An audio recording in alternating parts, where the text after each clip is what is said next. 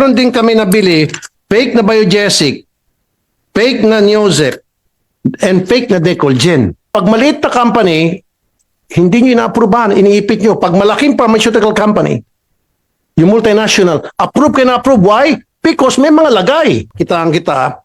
Sabi mo ilang kayo? 800. Oh, ito. Pakita ko sa'yo. Oh, tamad kayo eh. Look at this. These are Chinese products na nabibili sa Binondo. Na sinabi nyo, warning, masama sa kalusugan. Huwag tangkilikin. And yet, pinapabayaan nyo na nagkalat to sa Binondo at sa Quiapo. Ayan oh, mga Chinese products. Meron pa dito, may amphetamine pa.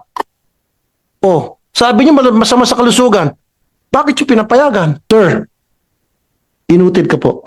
I'm sorry to tell you. You're incompetent.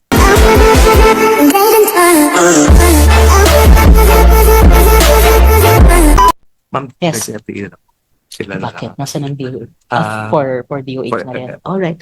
Alright, Attorney Teston, please, for FDA and inputs also on behalf of DOH. Magandang umaga po, Madam Chairperson. Maraming salamat po for inviting us in today's proceedings. Of course, magandang umaga rin po sa ating mga members po ng Committee on Health and Demography. Kaya dyan po si Senator Raffy Tulfo at saka po si Senator Orvin Tulfo.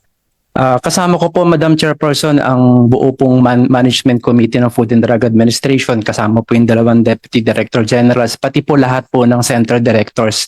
Kasi po pagpunta po namin dito, gusto po namin sagutin lahat ng mga katanungan ng committee po, hindi lang po sa larangan ng counterfeit pharmaceutical product, pati na rin po sa food, cosmetic, tsaka medical devices po. For context, with your kind indulgence, Madam Chairperson, kindly allow me to put on record the realities of FDA's work. Within 3 minutes, please. Yes, Attorney. Madam Chairperson. Mga 2 minutes lang po, ma'am. The FDA's mandate po is the protection of public health. Maliwanag po yun. And the FDA does this through 2 core functions po. Yung una po, pre-market regulation. Yan po yung tinatawag na licensing and registration. And yung pangalawa po is post-market enforcement. I think dito po yung topic po natin about post-market enforcement. Pero di-discuss ko na rin po briefly po, Madam Chairperson and Your Honors, yung 2 pong core functions. Number 1 po, yung pre-market regulation. Ang FDA po processes approximately 254,000 applications kada taon, reviewed by fewer than 250 evaluators po, Madam Chairperson. That translates to about 1,016 applications handled by 1 evaluator annually, covering not only po pharma, but pati po food, drugs, medical devices, cosmetics, and other regulated health products. On post-market enforcement po, the Field Regulatory Operations Office is composed of only 248 inspectors nationwide. Luzon, Visayas, Mindanao po yan, Madam Chairperson. And sadly, meron lang po kaming 28 Regulatory Enforcement Unit officers serving as the FDA's primary enforcement arm. These officers monitor thousands of establishments, hundreds of thousands of products, and online sellers, including many operating outside the Philippine jurisdiction. Despite these limitations po, Madam Chairperson, Your Honors, kami po yung nagpupursige na gawin po yung aming trabaho. At wala po kaming ginagawang palusot dahil alam din po namin na meron din po kaming kakulangan din po sa enforcement dahil kulang din po kami financially and then ng human resource po. From 2014, the FDA was able to seize more than 860 million pesos worth of violative products. Pag sinabi po nating violative products, ito po yung unregistered, adulterated, counterfeit, yan po yung mga produkto na yan. Within the last 8 months, ako po yung nag-assume lang po ng opisina noong May of 2025, Madam Chairperson. The FDA seized a total of 56 million plus worth of violative and counterfeit health products. From November 2025 to January 26, 2026 alone, the FDA monitored po 3,307 online product listings with 1,531 listings already taken down. And enforcement operations jointly with law enforcement agencies confidentially are still going as we speak. Madam Chairperson, Your Honors, the FDA is not perfect, but the FDA and its people are working over and above their limits, and we are enforcing the law with the resources entrusted to us. We simply ask that these proceedings take place with the realities in mind. muli po, maraming salamat po sa pag-imbita sa FDA, and you can all be assured of the FDA's full compliance and cooperation in the proceedings, lalo na po sa usaping counterfeit health products po na ngayon po ay masasabi po natin na marami pong nabebenta. Gaya ang sabi rin po ni Senator Raffy Tulfo, yung binebenta po ng prescription drugs, talaga pong bawal po siya sa online platforms. Totoo po yun. Kahit po non-prescription drugs, may tinatawag po kasi yung FDA na license na retail outlet for non-prescription drugs na license to operate. Kahit po siya, kailangan pong bilhin sa botika. Again, maraming salamat po, Madam Chairperson, Your Honors. And ulitin ko po, you have the FDA's full cooperation po sa proceedings na ito. Salamat po. Salamat po. Before we open the floor for questions, kasi sa presentation pa lang may strong reaction na po. Any other input sa ibang resource persons sa extent ng problem currently, kung paano matutugunan ito ng bill, and any reservations and recommendations about the bill? No other agency wishes to make comments at this point in time? All right. So we'll open the floor for questions. Senator Yes. Raffy, Thank you, you had a reaction to I was the listening presentation. to his opening statement at natatawa ako, kaya nga bumulong ako sa'yo, sabi ko, sinungaling. And I can prove that. Sabi niya, kukunti lang daw sila, but they're doing their best, but their best wasn't good enough. Example, pag mga multinational companies ang nag-a-apply for certificate product registration, ang bilis po ng approval. Pero pag yung mga regular mid-size o maliliit na pharmaceutical companies, ang tagal, inaabot ng taon hanggang sa magsasawa na lang po yung nag-a-apply. And I have proof for that. Meron example ko sa iyo, Attorney Teston. Yung strike na mosquito killer, for so many years, tuloy-tuloy lang yung approval niya sa renewal. And then comes 2018 ata yun, if I'm not mistaken. Kasi sila yung produkto na water-based. Kaya kahit na kumakain ka, mag-spray yan, hindi ka malalason. Unlike dun sa isang competitive na kompetensya na produkto. So mag-renew siya, 2018, ayaw na i-renew. Ang dami na pasikot-sikot, samantalang wala namang dinagdag na formulation or binagong formulation. Why?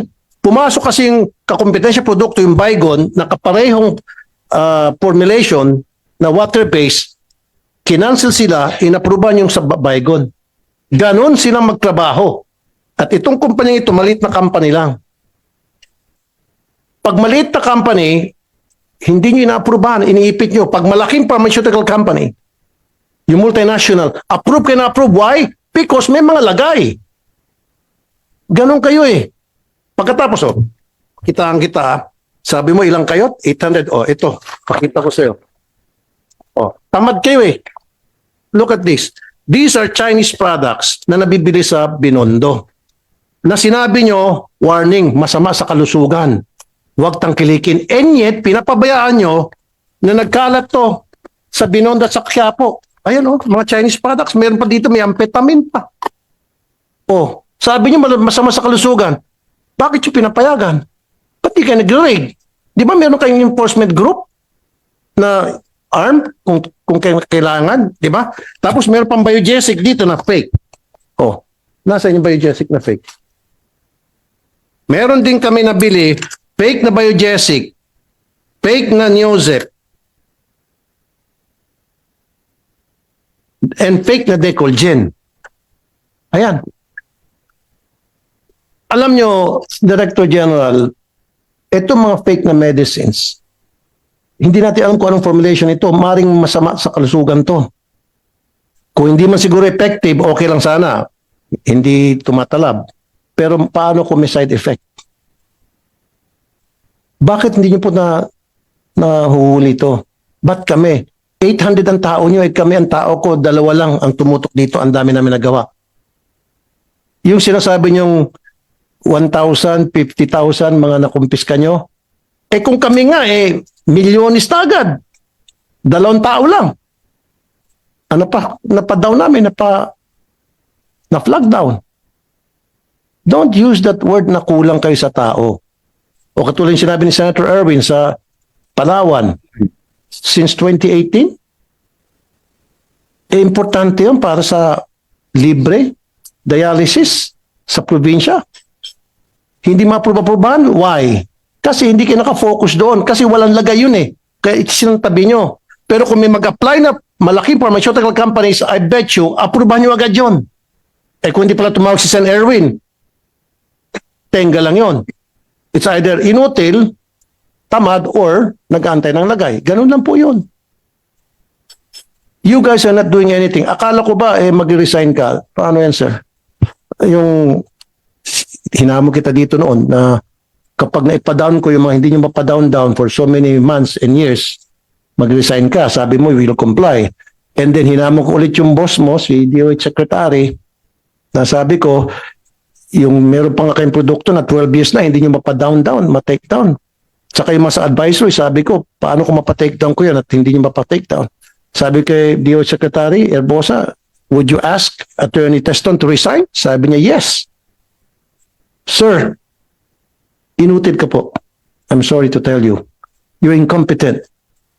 At yan mismo, sinabi ng ARTA, kayo ang one of the most complaint agency. ARTA na po mismo nagsabi niyan. At dudugtungan ko. Dapat kayo, karamihan kayo sa management, magsi-resign na kayo. Inutil kayo eh. Wala kayong ginagawa kung hindi. Humintay lang siguro ng lagay mula sa mga malalaking pharmaceutical companies. Yung mga hindi naglalagay, sorry kayo, naglalagay, tuloy-tuloy lang, hindi gaya. Na, mabilis lang. Bakit nakalusot itong mga fake na mga Decolgen, fake na Newsep? Alam niyo po ito? Ang dami ito sa mga sari-sari store, nagkalat. Halos lahat ng sari-sari store pinupuntahan namin. So kawawa pala itong mga pobre kasi yung mga iba, Madam Chair, hindi naman sila pupunta sa mga Mercury. Kung ano yung pinakamalapit, tindahan, sari-sari store, bili sila dyan. Tapos mas mura. Oh, yung pala fake. Oh, hindi pa delikado to. Tapos meron pa yung injection na supposed to be para sa diabetes, Ozempic. And then, ginagamit ngayon para pampapayat. Pero dapat yan with prescription kasi injection yun, Madam Chair eh. At binibenta sa Shopee. Hindi niyo po nahuli yun. Binibenta sa Lazada. Marami pong mga produkto na they're not supposed to be in the market. Kayo na po mismo nagsabi. And yet pinapayagan nyo. O meron ko isang sample. Ito naman, on the other hand, ito po isang kilalang produkto. In fact, mayroon ako nito eh. Sa US, no problem. Kalat to, approved to. Pero sa atin, hindi approved. Kasi hindi registered daw. Now, ang tanong, is it because hindi ni-register ng supplier dito? O nag-aantay sila na i-register para milagay? Diretsong salita. Huwag tayo magpaligoy-ligoy pa. Maraming mga produkto kami nabili na sinasabi nila, huwag tangkilikin kasi hindi naka-register and yet sa ibang bansa, approved. Sa Amerika, approved. Pero dito, hindi. Huwag daw tangkilikin kasi hindi registered. Nag-aantay siguro ng lagay, Madam Chair. Alam nyo, Attorney Teston, ang dami nyo pong kapalpakan sa FDA. Matagal na po itong reklamo. Hindi lang, sa bagay, hindi lang po kayo. Remember, before you, nasibak. Bakit nasibak? Dahil nga inutil din. The guy before you, I'm not gonna mention his name kasi wala naman na siya. Isa ako sa nagpasibak doon. And then before pa, meron pa isang babae na FDA din, napasibak ko rin. Kasi inutil. So kung hindi nyo kayang trabaho nyo, di, mag-resign kayo. Your job is to safeguard the well-being, health and well-being of the consumers and you're not doing that. Thank you, Madam Chair. Thank you, Senator Raffy. Palagay ko, Attorney Taston, dito sa lahat ng mga produktong pinakita ni Sen. Raffy, merong mga counterfeit, merong ding mga unregistered. So i-channel, I think you will have to answer the issues he has raised and we will raise during this hearing. I-channel natin yung mga tanong in both those directions. Unahin natin dun sa mga counterfeit products. So isang tanong dito, sa website mismo ng FDA, makikita na may ganitong report, no, na sasabihin ko sa inyo, covering the period January 2024 to March 2025.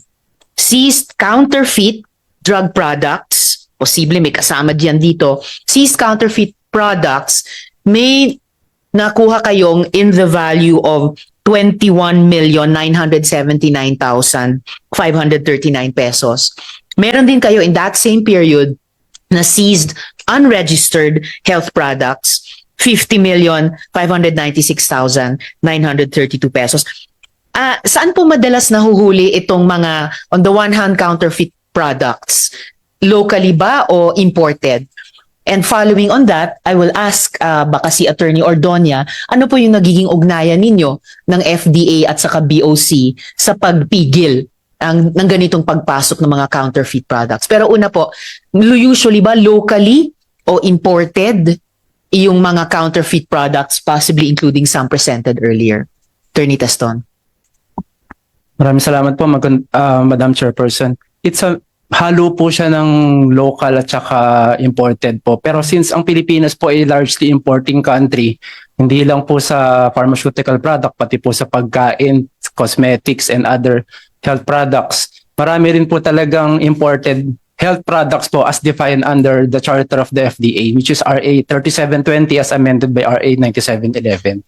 So marami po talagang peddlers din po na nanggagaling po sa labas po ng bansa. At meron din po silang mga kasama dito na local distributor po, Madam Chairperson. Kung ganun ang kaso, so ano nga yung nagiging ugnayan nyo sa Bureau of Customs para mabawasan or ma-eliminate yung practice na ito na nakakapag-import ng mga counterfeit pala na pharmaceutical products na malamang pumapasok dyan sa bag na pinakita kanina?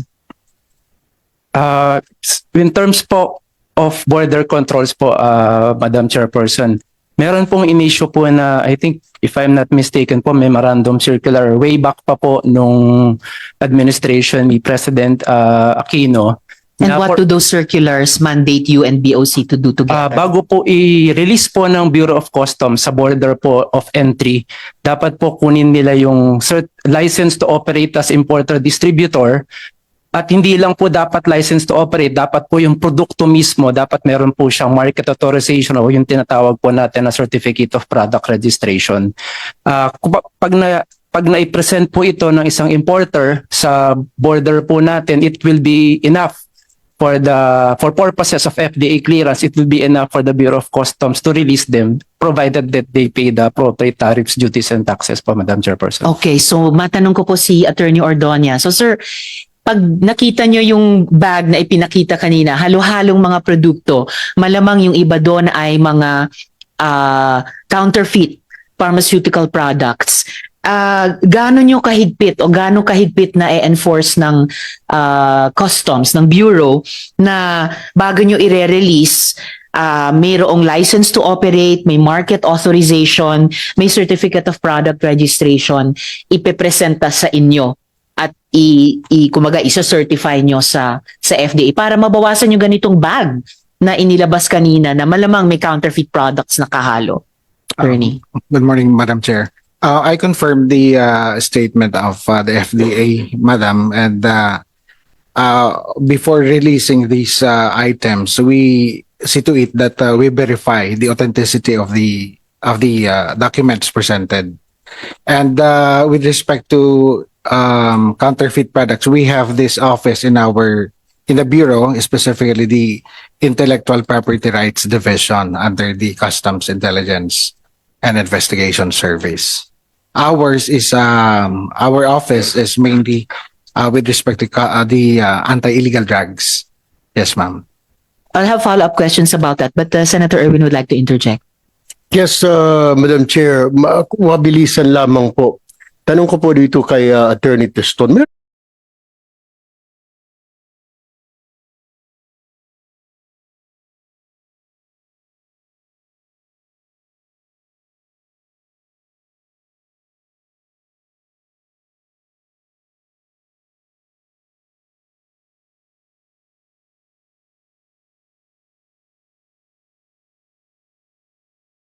Meron po bang mga sanksyon kaparusahan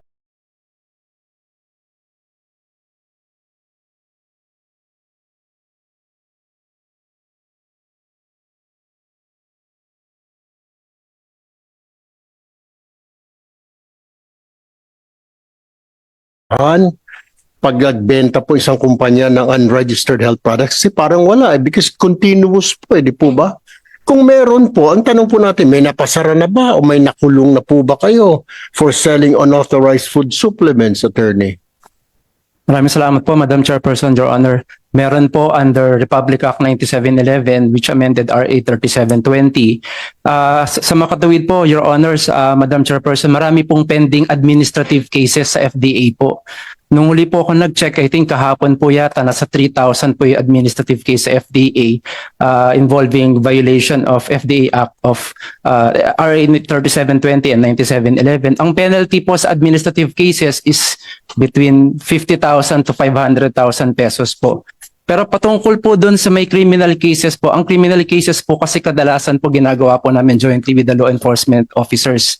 Andyan po ang NBI, andyan po ang PNP. Pag meron pong operation, alam naman po natin na ang nagpa-file po ng kaso is yung kadalasan po LEAs o kung may complainant man, pina-file po siya sa may piskalya and then nililitigate po siya sa korte. Ang tanong ko, attorney, lagi natin naririnig, may batas, may ganito. Yes. Napakababa naman palang penalty kahit sino kayang bayaran yan.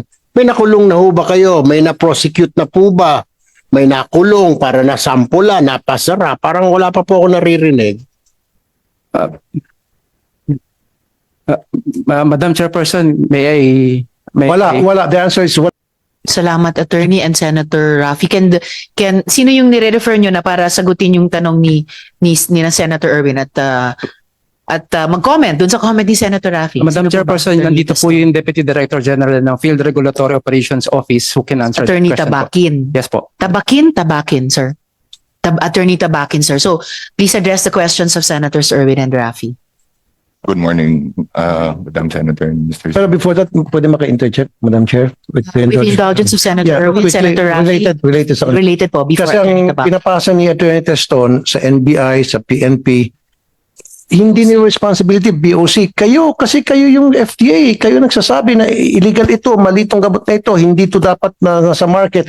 Kayo dapat ang tumututok sa kaso. So ang tanong talaga ni Sen. Erwin, meron na bang nakulong? Yun pakisagot. So, Attorney Tabakin, please. Based on available records, Your Honor, meron na hong mga nakasuhan at meron na hong yung nakulong po kasi wala. Dahil binayaran po kasi yung yung fine lang ho kasi yung naging penalty. Pero as to the nakasuhan, meron na hong nakasuhan from start. Ilan po yun, Attorney? Approximately po total, ma'am, from 2021 to 2025, ma'am, 100. Ma'am, sorry, I wasn't able to capture the total. But from 2021, there were 193 reports. 2022, 357. 2023, 148. 2024, 105. And 2025, 169. Reports lang po yun, sir. Pero ang tanong Yes, ni na po. Senators Erwin at Raffy, ilan ang kinasuhan batay sa reports na ito? Ma'am, let me extract lang po the records if you can give me a few minutes. Please do so within the hearing. Senator tanong- Erwin.